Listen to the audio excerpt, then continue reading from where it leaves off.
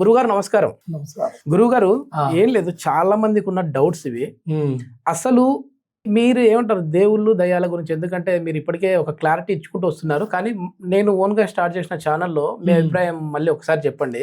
ఉమ్. అసలు దయ్యాలు ఉన్నాయంటారా? మీరేమో దయ్యాలు ఉన్నాయి, గాలి పట్టింది, ఆ గాలిని నేను వదిలిస్తానని చెప్పి అంటుంటారు కదా, అవును. ఎంతవరకు నిజం అంటారు? అంటే ఇది జనాల్ని ఏమైనా అట్లా మీరు మ్యానిపులేట్ చేస్తున్నారా, లేదు అని అంటే నిజంగానే దయ్యాలు ఉంటాయా? అయితే మీరు అడిగింది చాలా మంచి క్వశ్చన్. కానీ దెయ్యాలు ఉన్నాయి అన్నది దానిపై ఆలోచిస్తే జనంలో ఎక్కువ శాతం మందికి తెలుసు. ఎందుకంటే కొంతమంది నమ్మరు. ఎందుకంటే ఈ కాలంలో ఇంకా దెయ్యాలు భూతాలు ఇవన్నీ అదే. ఉన్నాయని నమ్మకుండా ఉండేవాళ్ళు చాలా మంది ఉన్నారు. కానీ నమ్మే వాళ్ళు ఎక్కువ. ఎందుకంటే బాధ వచ్చిన వాళ్ళకే తెలుస్తుంది దాని కష్టం, దాని విధానం. మా ఏరియాలో ఆంజనేయ స్వామి టెంపుల్ కసాపురం ఉంటుంది రాయలసీమలో. కసాపురం ఆంజనేయ స్వామి అంటే ఇంకా ఏదైనా ఇట్లా దయ్యాలు ఉన్న వాళ్ళకి అక్కడ వదిలిస్తా ఉంటారు అనేది కూడా ఫేమస్. అవును. తర్వాత పెద్ద దర్గా, కడప పెద్ద దర్గా, అక్కడ కూడా మంచి ఫేమస్. తర్వాత కాళికామాత టెంపుల్స్, ఇట్లాంటివన్నీ కూడా ఉంటాయి. నిజంగా దయ్యం అనేది పడితే వాళ్ళ బిహేవియర్ ఎట్లా ఉంటది, ఎట్లా తెలుసుకుంటారు మీరు దయ్యం అంటే పడితే? దెయ్యం అనేది మనకి ఎలా తెలుస్తుందంటే దెయ్యం పట్టిన వాళ్ళకి ఉండవలసిన సింటమ్స్ ఉంటాయి. ఎందుకంటే బాగున్న వాళ్ళ మీద దెయ్యం ఉండదు. దెయ్యం అనేది అసలు మనిషికి సమానంగా పట్టదు. ఓకే. ఈ ప్రతి ఒక్కరికి దెయ్యం పట్టే అంత ఉండదు. ఎందుకంటే బాగా భయపడే వాళ్ళకి మనిషి భయం ఎక్కడ ఉంటుందో అక్కడే దెయ్యం. ఓకే. ఎందుకంటే దేవుడు ఉన్నది మనం ఎంత నిజంగా నమ్ముతున్నామో దెయ్యం ఉన్నది కూడా అదే నిజం. దెయ్యం అంటే ఎక్కడి నుంచో లేదు, మనమే మనిషి. ఆ మనిషి అనేవాడు ఆశ తీరకుండా సరిపోయే వాళ్ళు చాలా మంది ఉంటారు. పిల్లల మీద ఆశ తీరనోళ్ళు, భార్య మీద ఆశ తీరనోళ్ళు, కుటుంబం మీద ఆశ తీరనోళ్ళు, అలాంటి వాళ్ళు ఎక్కువ శాతం మంది చనిపోతుంటారు. కొంతమంది బలవంతంగా చనిపోతారు, సూసైడ్ చేసుకోవటం కానీ అనుకోకుండా. తర్వాత కొంతమంది ప్రేమకులు, ప్రేమించుకున్న వాళ్ళు కూడా ఒకరికి పెద్దోళ్ళు వాళ్ళ ప్రేమని అంగీకరించుకోకుండా ఉండటంలో వాళ్ళు చనిపోయిన వాళ్ళు కూడా చాలా మంది ఉంటారు. అలాంటి వాళ్ళు ఏం చేస్తారు, వాళ్ళ ఆశ తీరక వాళ్ళు ఎక్కువ శాతం దెయ్యం లాగా మారుతారు. కానీ ప్రతి ఒక్కరికి పోలేరు వాళ్ళు, కానీ వాళ్ళ ఆశ తీరాలి కదా. ఇప్పుడు చనిపోయిన వాళ్ళు పైలోకం పోరు, అందరూ పోరు, ఆత్మ తిరుగుతుంటది. ఆత్మ తిరిగేటప్పుడు అది ఎట్లా అన్నం తినాలి, దాని ఆశ తీర్చుకోవాలి అంటే ఒక బాడీ కావాలి, ఏదైనా ఒక మనిషి కావాలి. ఆ మనిషిలోకి పవసిచ్చే దాని కోరికలు తీర్చుకునే దానికి శక్తి ఉంటది. కానీ డైరెక్ట్ గా దెయ్యం ఏమి చేయలేదు, ఎవరిని భయపెట్టలేదు, కానీ కనపడుతుంది. కొంతమంది కనపడుతుంది.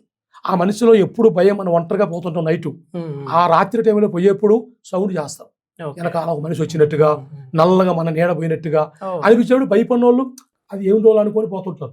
భయపడే వాళ్ళకి అప్పుడు ఆ భయపడేప్పుడే వాళ్ళ మీద ఆవేశిస్తారు. అప్పుడు వాళ్ళకి ఏమనిపిస్తుంది, ఇంత ముందులకు ఉండరు. ఇప్పుడు సినిమాలో చూపించినట్టుగా ఆ దయ్యం పట్టిందంటేనే వాళ్ళ బిహేవియర్ మొత్తం కళ్ళు ఇట్లా రావడము, ఇట్లా మొహం అంతా మారిపోవడం, ఆ విధంగా ఉంటుందా? లేదంటే నార్మల్ గానే ఉండి వాళ్ళు ఉన్నట్టుండి అట్లా ఉగ్రరూపం చూపిస్తారా? అయితే నువ్వు అన్నట్టుగా సినిమాలో చూపించేది కొంచెం అయితే వాళ్ళు కొంచెం ఎక్కువ చేసి చూపిస్తారు. ఎందుకంటే వాళ్ళ కొంచెం భయపడే జనంలో మనకి తెలియాలి కదా అని ఒక ఆలోచనలు ఎక్కువ చూపిస్తారు. అంత ఉండదు, అంత భయంకరంగా ఉండదు. కానీ దెయ్యం పెట్టిన వాళ్ళు ఎట్లుంటారంటే మన ఇంత ముందులక ఉండరుగా, మనిషి మారటం అన్ని టైంలో కాదు, ఒక్కో టైంలో దేవుడు గుడికి వెళ్ళినప్పుడు లోనకి రాకుండా ఉంటాం, బయటికి వెళ్ళటం, అన్నం సరిగా తినకుండా ఉంటాం, మనిషి జుట్టు అదో రకంగా చేసుకోవటం, మంచిగా ఇంత ముందు లెక్క మనం మంచిగా తయారయ్యి అట్లా ఉండరు, అదో రకంగా ఉంటాం. అప్పుడే మనం గుర్తుపట్టవచ్చు వాళ్ళని, ఏదో జరిగింది కదా అని. మనం ఏదైనా గుడికి పోవటమో, లేదంటే ఏదైనా స్వామీజీ దగ్గరికి, పూజారి దగ్గరికి పోవటం, దానికి సంబంధించిన వస్తువులు మనం చూస్తే అప్పుడు దాన్ని మనం గుర్తించవచ్చు. ఇప్పుడు గాలి సోకింది అంటే ఏంటి గురుజీ? అంటే గాలి తగిలింది అంటే ఏంగా, ఎట్లా చెడు గాలి తగిలింది అంటే ఎట్లా తగులుతుంది అసలు? చెడు గాలి అంటే ఇదే నువ్వు అడిగావు కదా, ఉన్నట్టుండి ఆ గాలి ప్రభావం అంటే మన కంటికి కనపడదు, అది తిరుగుతుండదు గాలి అనే. ఆ తిరిగినప్పుడు మనం ఎప్పుడు మనం భయపడతామో ఆ భయపడేప్పుడే మన ఒంట్లోకి వచ్చేస్తుంది. అందరికి చెప్పేది ఒకటే, ఎక్కువ శాతం నా వీడియో మీద ఏరే వాళ్ళ నెంబర్లు పెట్టి ఎక్కువ శాతం చాలా మందిని మోసపోతున్నారు, చాలా మంది చేస్తున్నారు. ఇట్లా దానివల్ల ఏదైనా కూడా నన్ను చూసి వీడియో కాల్ చేసి నా నెంబరు చూసి, నా నెంబరు 9177944133, 1 944001022, 9487076699. ఈ 3 నెంబర్లు నా నెంబర్లు, నా కాడే ఉంటాయి. ఈ నెంబర్కే ఫోన్ చేయండి. ఏ నెంబర్ పెట్టినా కూడా నెంబర్కి ఫోన్ చేసి మోసపోవద్దు. అందరికి మరీ చెప్తున్నా, ఏదున్నా ఈ నెంబర్కే ఫోన్ చేసి వీడియో కాల్ చేసి గురువు గారిని చూసి మీరు ₹1 పంపించాలన్నా, మీ సమస్య చెప్పాలన్నా డైరెక్ట్ చూసే మాట్లాడండి. అందరికీ నమస్కారం. దెయ్యములో 3-4 రకాలు ఉంటాయి. గురుజీ. ఆత్మ, వేదాత్మ, పిశాసి, అంతర్పిశాసి అట్లా ఉంటాయి. ఓకే. అట్లా అంటే ఒక స్టెప్ మారినప్పుడు ఇంకోటి దెయ్యం. ఫస్ట్ దెయ్యం, మనిషి సరిపోయిన తర్వాత అయ్యేది దెయ్యం. అంటే అందరూ కాదు, అదే. కొంతమంది. తర్వాత ఆత్మ అయిపోతుంది, ఆత్మ భేదాత్మ అయిపోద్ది, తర్వాత అంతర్పిశాసి అయిపోద్ది.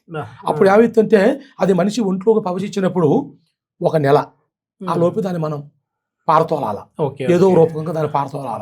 లేకోకుండా సంవత్సరాల కొద్ది మనకి ఒంట్లో ఉన్నదనుకో 7 ఉంటుంది, గుండెలో కూర్చుంటది. ఆ ఎదరములో గుండెలో కూర్చున్న తర్వాత ఏ శక్తికి భయపడదు. నువ్వు దేవుడి గుడికి పో, నువ్వు ఎక్కడికి పోయినా, ఎన్ని పూజలు చేసినా అసలు బయటికి రాదు.